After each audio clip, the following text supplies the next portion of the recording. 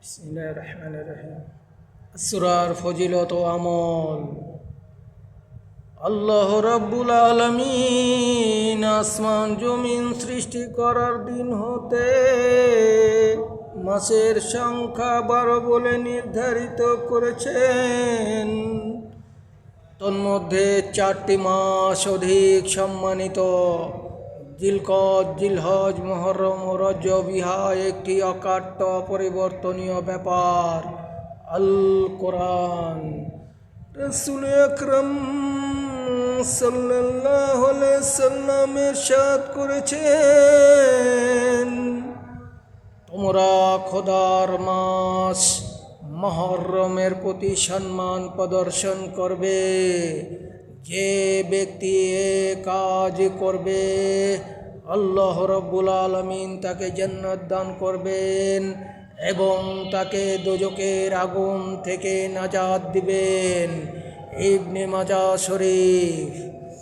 রাসূল আকরাম সাল্লাল্লাহু আলাইহি সাল্লাম ইরশাদ করেছেন, রমজানের পরেই মুহররমের রোজা অন্যান্য সকল রোজার চাইতে উত্তম। ইহার বরকতে পূর্ববর্তী বৎসরের সকল সগীরা গুনাহ মাফ হয়ে যায়।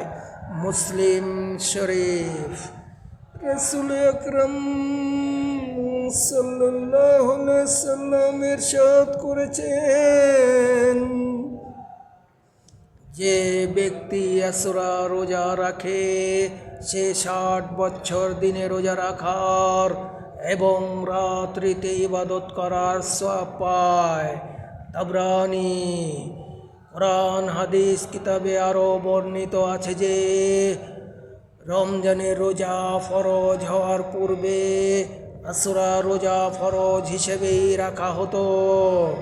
অতঃপর যখন রমজানের রোজা হুকুম নাজিল হলো, তখন হতে যার ইচ্ছা আশুরার রোজা ফরজ নফল হিসেবে রাখা হতো।